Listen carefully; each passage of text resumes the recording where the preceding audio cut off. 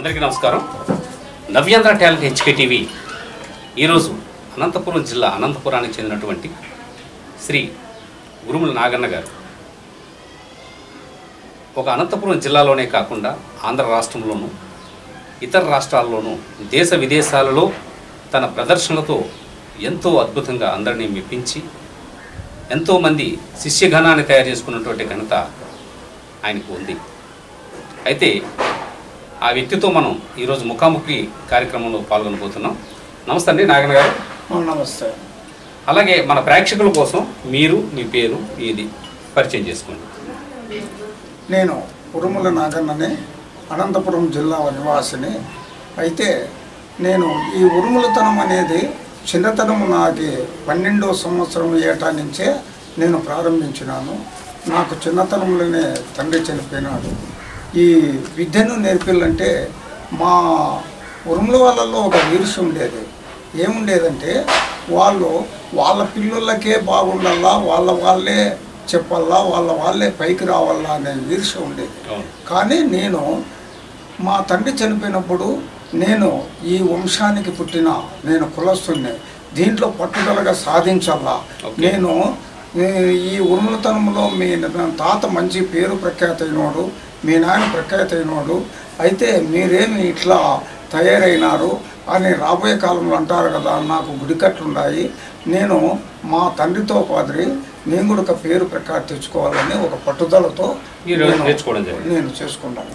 సరే, మీ తాతగారి పేరు ఏం పేరు, మీ తండ్రి గారి పేరు ఏం పేరు? మా తాత పేరు ఉరుముల పుల్లప్ప, ఆగుదొట్లపల్లి గ్రామం మాది, పూర్వానికి ఆవుదొట్టపల్లి. మా తండ్రి గారే కరువు కాటకాలు వచ్చి అక్కడ బ్రతకలేక ఈ టౌన్ చేరుకున్నారు. నేను ఇక్కడే జన్మించినాను. అయితే మా నాయన ఓబన్న, ఉరుముల ఓబన్న అని. మా తండ్రి నేను 12 సంవత్సరం ఉన్నప్పుడు చనిపోయినాడు. మా అమ్మ ఓబులమ్మ. మా అమ్మ కష్టపడి మేము ముగ్గురు, ఇద్దరు, నాకు ఒక తమ్ముడు ఒక అక్క, మా ముగ్గురిని అయితే రూపాయి కూలీలో మా ముగ్గురిని సాకి సంతరించి చేసింది మా తల్లి. నేను అప్పటికే 65లో నేను సెకండ్ ఫారం చదివినాను. 65 సంవత్సరంలో 1965లో.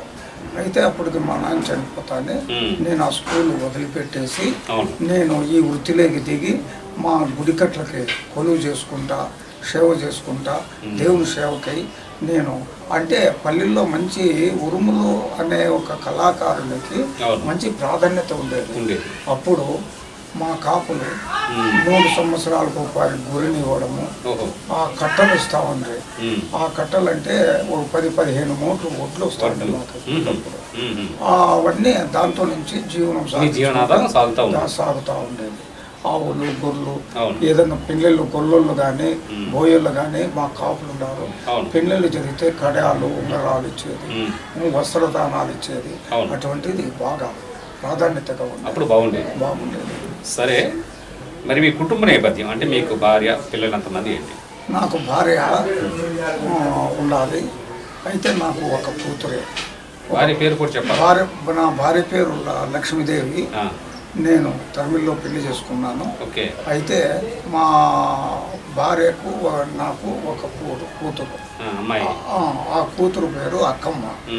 ఆమెనే నా మేనల్లుడే గూగుట్లో ఉరుముల కాటికోటీశ్వరునికి సేవ చేస్తారు వాళ్ళు మురారి గుంపని. వాళ్ళకి వివాహం చేసిపించినాను. అయితే వాడు భగవంతుడు తక్కువ చూపు చూసి వానికి ఏదో అనుమాన కారణం వల్ల చనిపోయినాడు. చనిపోతే ఆ బిడ్డను నా దగ్గరే ఉంచుకొని ఆ పాపకు ఒక కొడుకు, ఆ కొడుకుని చూసుకుంటూ వాడే కొడుకు, వాడే మనమడు, వాడే అన్నయ్య చూసుకుంటూ మేము ముగ్గురము కాలం గడిపి కలిసి ఉన్నాము. ఓకే అండి. మీకు ఈ ఉరుముల విద్యలో గురువులు ఎవరైనా ఉన్నారా? గురువు అనేవాడు మా ఉరుముల విద్యలో లేడు. ఎందుకు లేడంటే తాతల తరం నుంచి, తండ్రి గారి తరం నుంచి, పురాతనము నుంచి అంటే వంశపారంపర్యంగా వచ్చే కులవృత్తి ఇది. కులవృత్తి అయితే అది ఏం జరిగిందంటే సినన్న సింగరేయ కావురేయ స్వామన్నని అక్కమ్మ గారు సృష్టించినారంట ఆనాడు పాలకొండమల్లో. ఎందుకు పాలకొండమల్లో ఎందుకు సృష్టించినాడంటే బ్రహ్మముని అనే ఆయన దేవతలకు పంచంగం చెప్పేవాడు. ఈ దేవాదుల కొండకు అక్కమ్మ గారు వచ్చే కాలంలో నాగులన్న కొండ చుట్టూ వేసుకుని కొంత ఒక నోట్లో పెట్టుకుని పండుకుంటాం. ఆ నాగులన్నను అదిలించి బెదిరించి నాగులన్న ఇడిపించుకున్నారు. కొండపైన ఏకలు దొరకొడుకు కోట కట్టుకొని ఏళ్తా ఉన్నాడు. ఆయన కూడా వీళ్ళు అదిలించి బెదిరించి వాళ్ళు ఆ కొండని తీసుకున్నారు. వీళ్ళని ఇట్లా చేసినాము కదా, ఇది దేవతలే లేకుండా రాబోయే కాలంలో మనకి కొండ మన పేరుతో బాగుందా బాగలేదా, దేవతలకు పంచాంగం చెప్పేవాడు బ్రహ్మముని ఉన్నాడు, ఆయన పంచాంగం అడుగుదామని పంచాంగం అడిగేదానికి పాలకొండమల్ల పోయినాడు. పాలకొండమలకు పోతే అక్కడ ఏం జరిగినదంటే అక్కమ్మ గారు వస్తూ ఉన్నారు ఆ గంటి దేవతలు. వీళ్ళకి తెలిసి చెప్పినా కష్టం, తెలవకుండా చెప్పినా కష్టమని ఆయన దాక్కున్నాడంట గృహలో. ఆయన దాక్కుంటే ఎంత పిలిచినా రాలేదు. అప్పుడు ఇట్లా కాదక పైన ఉరుమే ఉరుము కింద ప్రతిధ్వనించే ఓంకార శబ్దము గుర్తించల్లా ఒక ఉరుము గావిస్తామని అప్పుడు 2 మంటి బొమ్మలు నిర్మాణం చేసినారంట. చేసి అక్కమ్మ గారు చిన్నన్నయ్య సింగరే కాంబినేషన్ అని పేరు పెట్టి వాళ్ళకి జీవికల్లా ఇచ్చి ఈ కంచు మేకపోతులు గుర్తించి మూతలు చేయించి పల్లవేగమాన్ని ఉరుము గాయించినారు.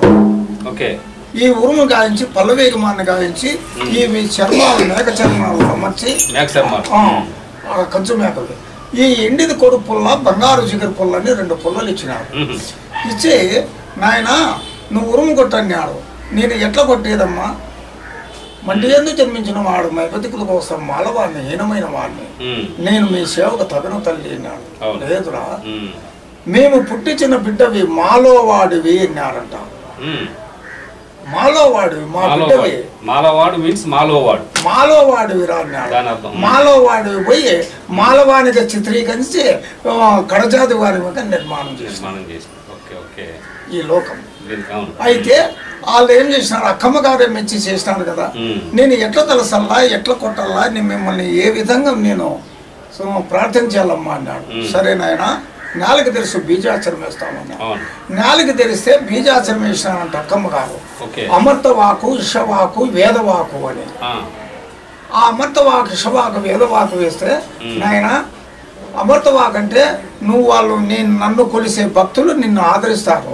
వాళ్ళు గొర్రెలు ఈయని అన్నము పెట్టని, వాళ్ళు ధన సంపదని ఈయని, వస్త్రదానం ఈయని, ఆ ఇల్లు సురక్షితంగా ఉండాలా, ఆయుర ఆరోగ్యములతో అశైశ్వరంతో ధనలక్ష్మితో నీడు కలిగి అక్కమ్మ గారితో నీడు కలిగి మా పశువుడివే, పశువుల దీవెని బ్రహ్మ దీవెనితో సమానంగా ఉండి నువ్వు వాళ్ళు సల్ల గొడ్డిళ్ళ నాయన అని దీవెనార్తియ్యల్లా. అదే అమృతవాకు.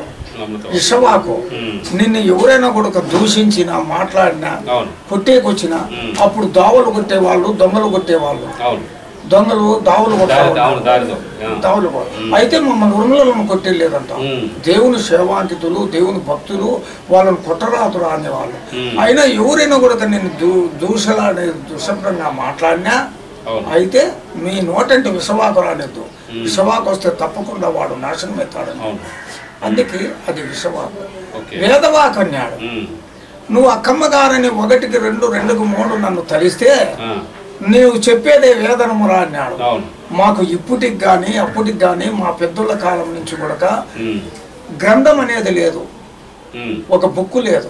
భారతానికి బుక్ ఉంది, భాగవతానికి గ్రంథం ఉంది, రామాయణానికి గ్రంథం ఉంది. మాకు లేదు. ఎందుకంటే అమ్మగారు అమర్తవాకి ఇషవాకి అమ్మగారు చెప్పిందే వేదనమని, నువ్వు చెప్పేదే వేదనము రా అన్నాడు. నువ్వు సభలో నువ్వు చెబుతా అంటే ఆలకించి వింటారు నాయన. అయితే మా స్తోత్రాలని, మా కథ, మా చరిత్ర అంతా నువ్వు చెప్పగలుగుతావు, ఆనందంగా వింటారు, ప్రజలంతా నిన్ను ఆదరిస్తారన్నాడు. అందుకే నువ్వు చెప్పేదే వేదనం అన్నాడు, వేదవాకు. అట్లా 3 వాకులు ఇచ్చినాడు. ఇది అక్కమ్మ గారు ఏమన్నారు, బ్రాహ్మణుడు అయితే కనుక విష్ణునారాయణమూర్తి బ్రాహ్మణ అవతారం ఎత్తి అమర్తవాకు ఇషవాకు వేదవాకు నాకున్న నే ప్రపంచమంతా జరగలన్నాడు. నీకు కూడా అటువంటి వాకు ఇచ్చినావు కాబట్టి నీకు జన్యము లేదు, బ్రాహ్మణుడికి జన్యము ఉంది. జన్యము లేని బ్రాహ్మణుడు కొడుకు అన్నారంట అక్కమ్మ. జంజం లేని బ్రాహ్మణులని. అట్లా నువ్వు సకల దేవతలకే అక్కమ్మ గారు, పోతలయ్య, పెద్దమ్మ, మారమ్మ, సుంగులమ్మ, రాజులు, మాధవరాజులు, నీ కొండల వేంకటముడు ఏ దేవునికైనా సేవ చెయ్యి.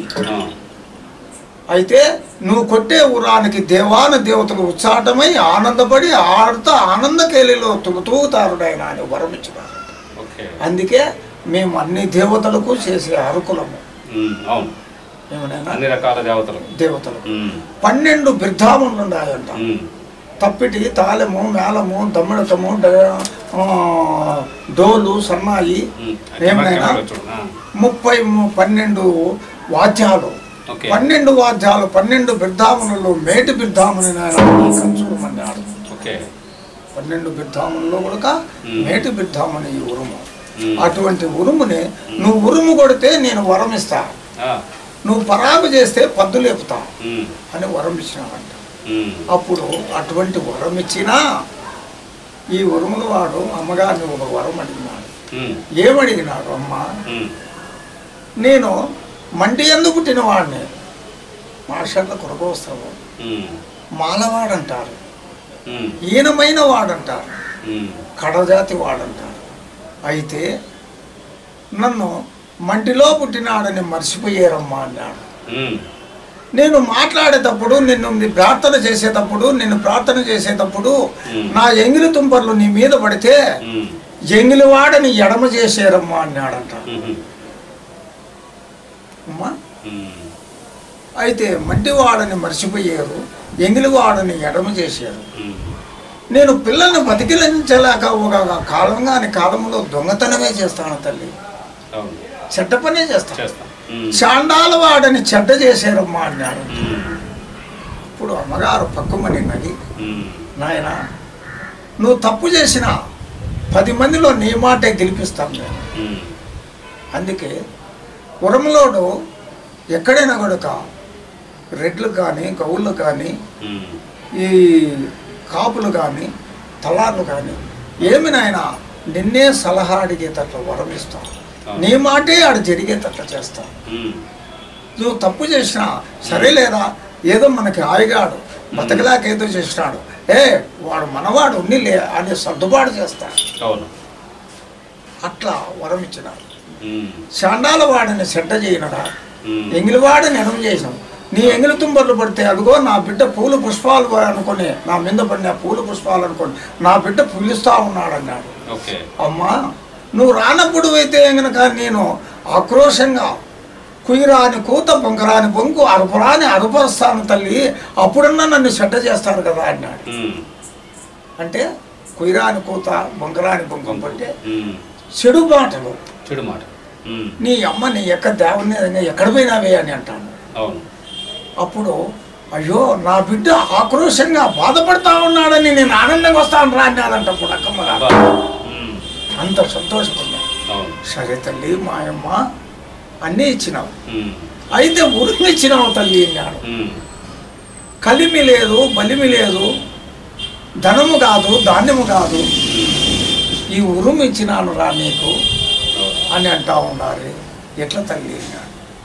ఏమిరా, నా మహిమ ఉరుమేసుకొని పోయి అక్కమ్మ గారిని కాపుల దగ్గర నువ్వు తలిస్తే నీకు వండను కూడు వడకన బట్ట ఇస్తారు నాయన. వాళ్ళు తొడుక్కునే బట్టలు చిన్నేస్తారు, వాళ్ళు తినే అన్నం పెడతారు. అయితే ఉరుమంటే ఏమనుకున్నావురా, తరిగిపోనిది కరిగిపోనిది తరతరాల శిరాస్థిర అన్నాడంట. అది అక్కమ్మ గారి వరము, సత్యంగా అది జరుగుతూ ఉన్నది. ఈనాడు మా పిల్లలు ఎంతోమంది ఈ ఉరుము పిల్లవాళ్ళు చదువులో BA చదివినారు, డిగ్రీ చదివినారు, ఇంటర్ చదివినారు, బీటెక్లు కూడా చేసినారు. అయినా ఈ ఉరుము మీద ఆధారపడి ఉరుము వేసుకొని పోతే వాళ్ళ జీవనం జరుగుతూ ఉంది. నెలకి 20,000 30,000 సంపాదించుకుంటా ఉన్నారు. మా అక్కమ్మ గారిని మాట కరెక్టు. ఆనాడే అది తరిగిపోని కరిగిపోని తరతరాల ఆస్తిరాయి ఇది. ఈనాడు అంత చదువులు చదివి ఉద్యోగాలు లేకుండా ఈ ఉరాలు వేసుకొని ఆ ప్రోగ్రాంలు పోతే నెలకు 20,000 30,000 సంపాదించుకొని జీవిస్తూ ఉన్నాం. మగారు వరం ఇచ్చినట్లే కదా మాకు, అంతే కదా. కాబట్టి ఈ అక్కమ్మ గారు అట్లా వరం ఇచ్చి మమ్మల్ని నిలబెట్టి ఆదరించినారు. అయితే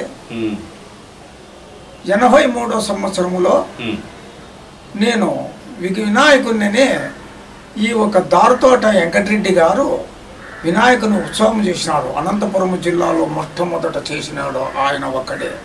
1983 సంవత్సరంలో 83లో దార్తోట వెంకటరెడ్డి గారు ఈ విఘ్నేశ్వరుని హైదరాబాద్లో చేస్తూ ఉన్నారు, మన అనంతపురం జిల్లాలో ఎందుకు చేయకూడదు అనే పట్టుదలతో ఆయన దేవుణ్ణి నిలబెట్టి అయితే అనంతపురం జిల్లా అంతా తిప్పినాడు ఆయన.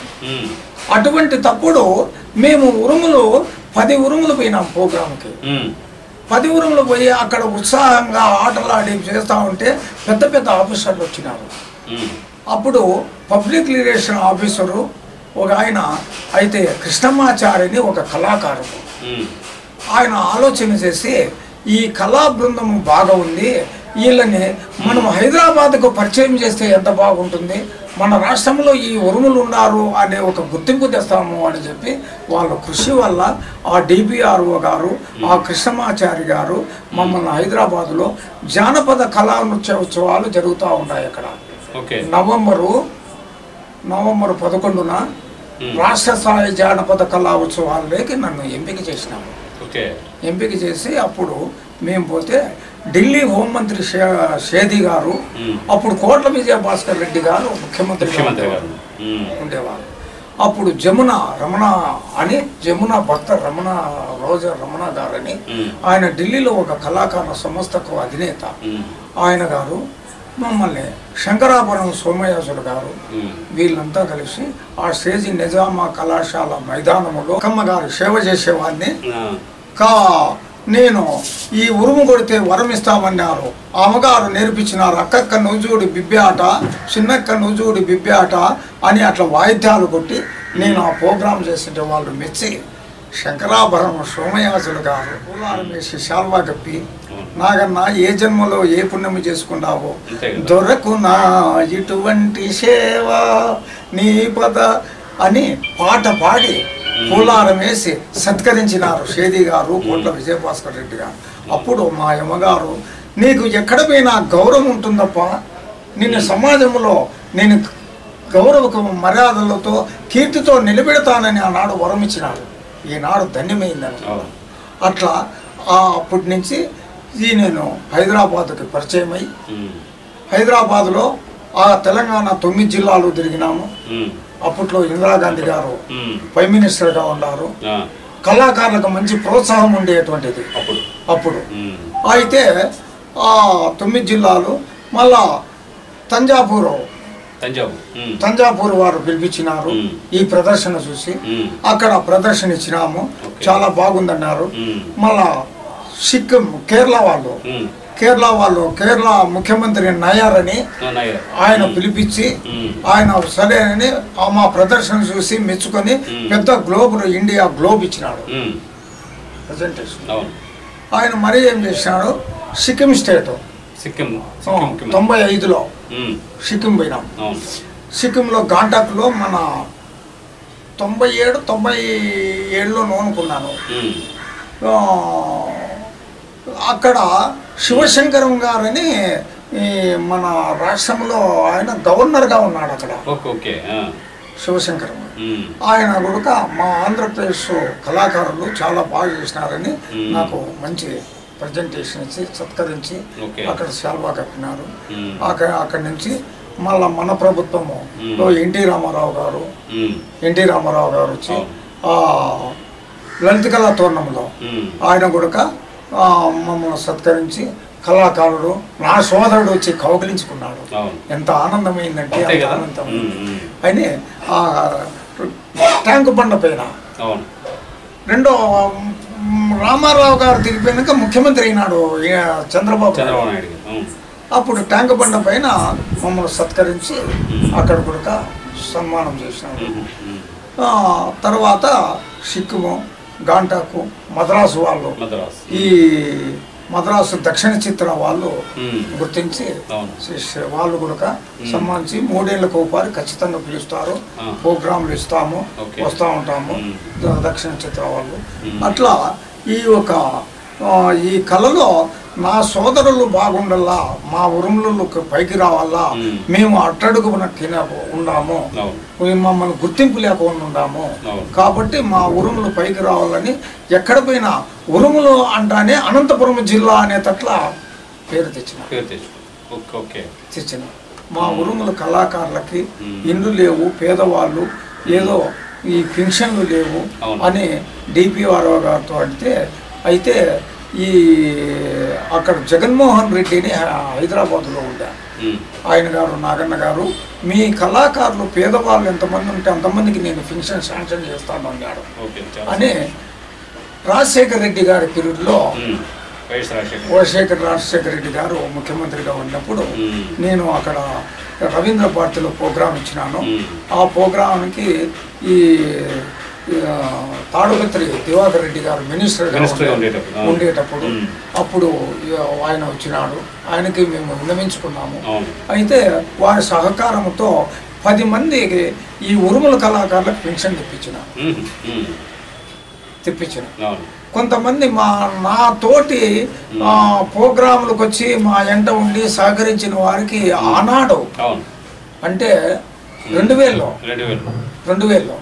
వారికి ఇళ్ల స్థలాలు ఇప్పించిన నా తోచిన సహాయం చేసి కొంతమందికి ఏం చేశాను, మా పేదలు మా జీవనాధారాలు జరగలేదని సోషల్ వెల్ఫేర్ దాంట్లో సంక్షేమ శాఖలో 2 లక్షలకు లోన్ పెట్టి ఒక్కొక్కరికి 3000 చొప్పున 15 మందికి నేను ధన సహాయం చేసిన సార్. అట్లా అయితే ఈ ఉరుములతనం అనేది చాలా మహా గొప్పది. ఇది మాకు ఒక దేవుడిచ్చిన వరము. దానికే మా పిల్లలు కూడా చెప్తాను. ఏం చెప్తానంటే మనం ఎంత గొప్పవాడైనా ఏ స్థాయికి ఎదిగినా ఏ దేశం ఎగిరినా ఎందుకు కాలిడిగినా పొగడరా నీ తల్లి భూమి భారతిని. అట్లాగా మనము కూడా మన తల్లి మన అక్కమ్మ గారిని మన కులవృత్తిని మరవకూడదన్నా. అయితే ఒకపారి అదే రవీంద్ర భారతిలో నాగేశ్వరరావు గారు శ్రీ రమణారెడ్డి గారు నారాయణ రెడ్డి గారు వీళ్ళంతా ఫంక్షన్ అక్కడ ప్రోగ్రాం పెట్టింటే వచ్చినారు. ఈ కోట శ్రీనివాసులు గారు వీళ్ళంతా వచ్చినారు. ఈ అమ్మ లక్ష్మీ పార్వతి గారు వాళ్ళంతా వచ్చినప్పుడు మేము ప్రోగ్రాం ఇచ్చినప్పుడు నాగేశ్వరరావు గారు నన్ను అభినందించి మన ఊరిలో ఈ సినిమా తీసిండే ఆయనే నాకు సన్మానం చేసి అప్పుడు ఏం చెప్పినాడంటే నాకన్నా అనంతపురం జిల్లాలో మంచి పేరు చేసినావు, కళలో రాణించినావు, చాలా సంతోషం అని అభినందించినాడు నాగేశ్వరరావు. మరపురాని ఘట్టము. అయితే అటువంటి సందర్భాలు ఉన్నాయి. ఆ సందర్భంలో మా తమ్ముడు అసెంబ్లీలో పనిచేస్తాడు, నాగపునేయని మా చిన్నాయన కొడుకు చేస్తాడు. ఆ అబ్బాయి వచ్చినాడు. అక్కడ ఎట్లా వచ్చినాడు, సూటు బూట్ వేసుకొని వచ్చినాడు. సూటు బూట్ వేసుకొని వచ్చినప్పుడు నేనేమన్నాను, నమస్తేనా బాగున్నావన్నా నన్ను కౌగిలించుకున్నాను. నాకు సంతోషమైంది. నాదో కోరిక రాన్నాను. ఏమన్నా అన్నాను, నువ్వు ఆ స్టేజ్ మీద ఉరుము కొట్టాలి రాన్నాను. వెంటనే వాడు ఆ డ్రెస్సు ఇప్పేసి ఆ బూట్లు ఇప్పేసి మేము కాళ్ళకు చెప్పులు తొడగరాదు, కళ్ళు సారాయి తాగరాదు, మన మాంసము తినరాదు, కటిక నీళ్ళపై పండుకోవాలా, ఇస్తర్లో భోజనం తినాలా, ఆ సాంప్రదాయాన్ని మేము పాటిస్తానే ఉన్నాము ఇప్పటి వరకు కొనసాగిస్తా ఉన్నాం. అయితే ఎక్కడైనా కూడా హోటల్కి పోయినా ఎక్కడ పోయినా కూడా మేము ఇస్తర్లోనే భోజనం చేస్తాం. ఒక పెళ్ళిళ్ళకి పోతాం, అక్కడ కూడా ఇస్తర్లో ఉన్నారు. అయితే మా అబ్బాయిని ఆ మాట అంటేనే సరేనా, నేను కూడా ఆ శాఖకు చెందిన వాడిని, ఆ వంశానికి పుట్టిన వాడిని, నేను కొట్టాలని నాకు ఉత్సాహం ఉందన్నాడు. అప్పుడు నా ఉరుము ఇచ్చినాడు వానికి, ఇచ్చి ఆ ప్రదర్శనలో పాల్గొన్నాడు. అయితే నాకు సంతోషమైంది. ఎక్కడ ఉన్నా, ఏ స్థాయిలో ఉన్నా, ఎంత పెద్ద ఎత్తున ఎదిగినా మా వాడు ఈ కులవృత్తిని మరవలేదనే సంతోషపడ్డాను. అట్లా ఈ దీంట్లో కూడా చాలా మంది ఉన్నారు. ఒక పిల్లోడు బీటెక్ చేస్తాడు, మా అబ్బాయి చెర్లోపల్లి పిల్లోడు. ఆ పిల్లోనే ఉరుము కొట్టాలి రాన్నాడు, ఉరుము కొట్టినాడు. అట్లా మా వాళ్ళంతా తహసీల్దారులు ఉన్నారు, బీటెక్ చదివిన వాళ్ళు ఉన్నారు, పోలీసులు ఉన్నారు. ఏ వృత్తిలో ఉన్నా ఆత్మగురు పిల్లోడు జమీదారుగా ఉన్నాడు. వాడు అల్లుడు ఉరుము కొట్టాలరా, నువ్వు ఎక్కడున్నా కూడా ఏ స్థాయిలో ఉన్నా మన దేవుణ్ణి మరచకూడదంటే నాకు సంతోషమని ఉరుము వేసుకొని ఉరుము కొట్టాను. కాబట్టి మా వంశస్థులు ఎంత ఉన్నత పదవుల్లో ఉన్నా కూడా ఈ వృత్తిని మరచలేదు. అది నాకు చాలా సంతోషము, గర్వం. ఓకే. అయితే ఇప్పుడు ఇంకొక చిన్న బాధ కూడా ఉంది. సంతోషం, బాధ, సంతోషం రెండు చెప్పాల్సింది. ఎందుకంటే దుర్యోధనుడు కృష్ణ పాండవ ఏదో సినిమాలో ఉన్నాడు, మా కులము కులహీనము అయిపోయింది అని ఒక సంఘటనలో ఒక సందర్భంలో చెప్తాడు అన్నమాట. అట్లా మా కులంలో కూడా మా పిల్లలకి అంటలేదు. అయితే పక్కన ఉండేవాళ్ళు మాలోళ్ళు, ఎరుకులోళ్ళు, ఏకులోళ్ళు, ఇంకా సుగాలోళ్ళు, పక్కన నదర కులము ఎస్సీ వాళ్ళు, దళితులు, వీళ్ళందరూ కూడా దీన్ని నేర్చుకుని కొడతా అన్నారు. కొట్టచ్చు, సంతోషమే. విద్య ఒకరి సొమ్ము కాదు, అంతే కదా. కళ ఒకరికి సొంతం కాదు.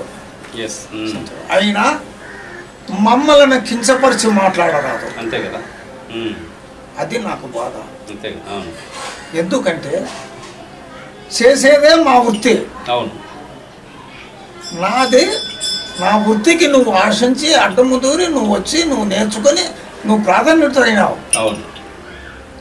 అయినా దాంట్లో దీనివలన నువ్వు జీవన ఆధారం చేసుకుంటా ఉన్నావు, నీ భూమితి పోసుకుంటా ఉన్నావు, నీ కాలక్షేపం చేస్తున్నావు, నువ్వు బ్రతుక్కుంటున్నావు. ఇది నీ నాయన నీ వంశానికి నీ తాతల తరం నుంచి వచ్చింది ఆస్తి కాదు, మధ్యలో నేర్చుకుని నీ తెలివితో నేర్చుకున్నావు.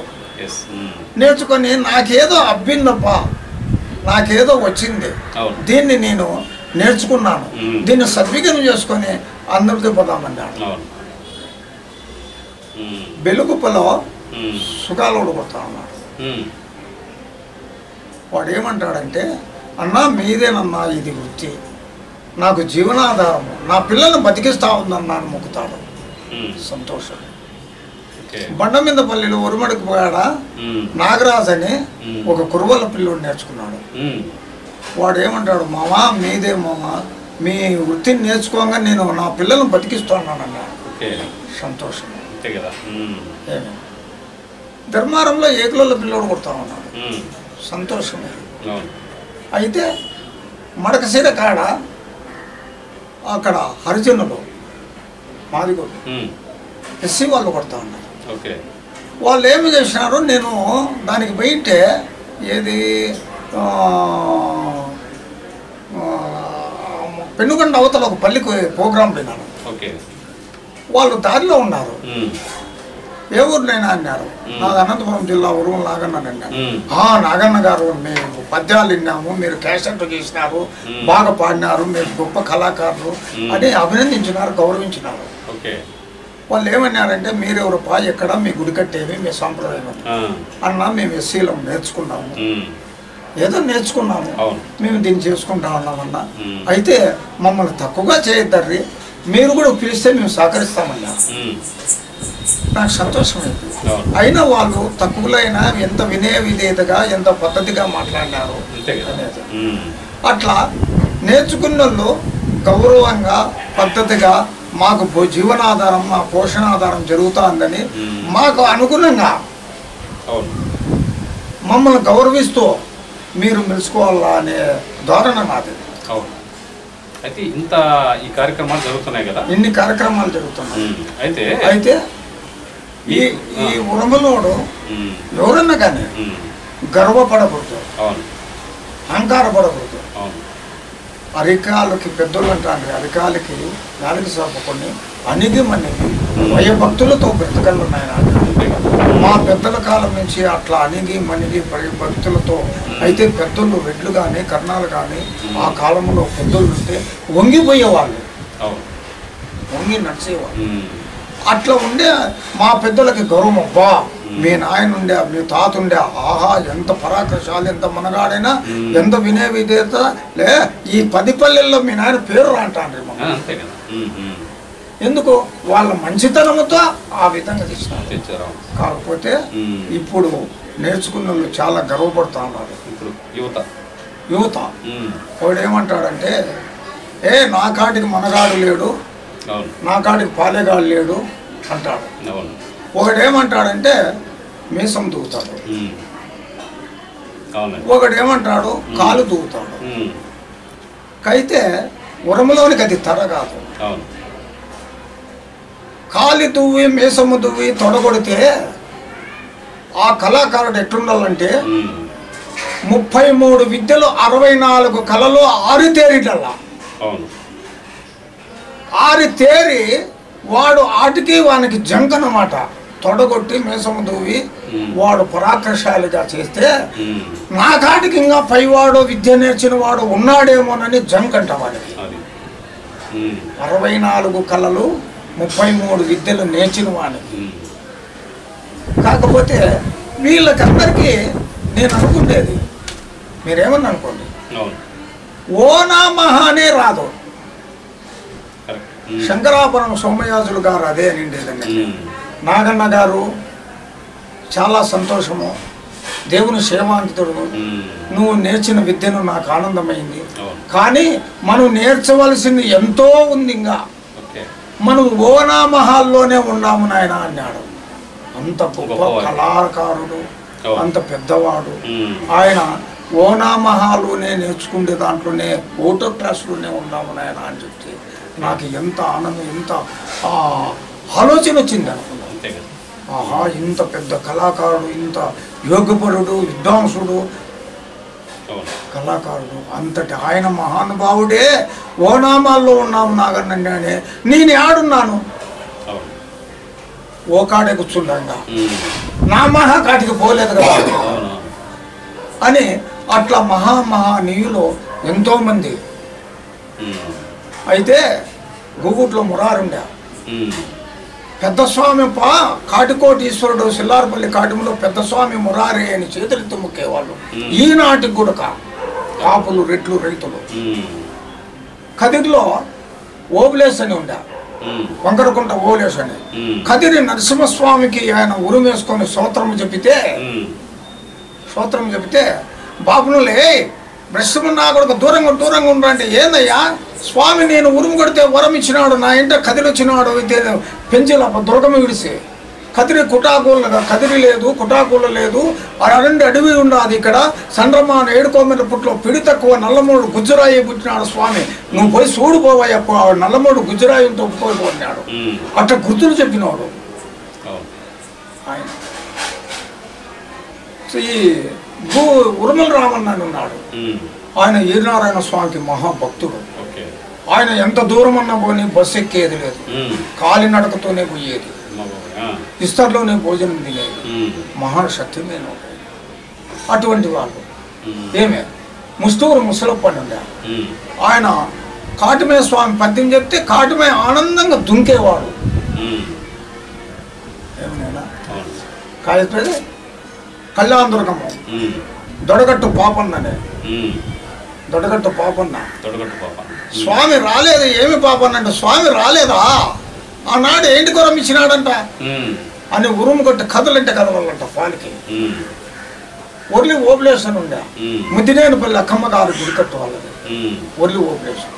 ఆయన ఏం చేసినాడు, ఏమి స్వామి రాలేదంటే ఏం ఓలేసు స్వామి ముద్దినేనిపల్లి ఎక్కడ పోయినాదంటే అదిగో వస్తాను చూడని చెప్పేదంట. మరిన్ని వీడియోస్ కోసం నవ్యాంధ్ర టాలెంట్ SK టీవీని సబ్స్క్రైబ్ చేయండి. అలాగే పక్కనున్న బెల్ ఐకాన్ను కూడా క్లిక్ చేయండి.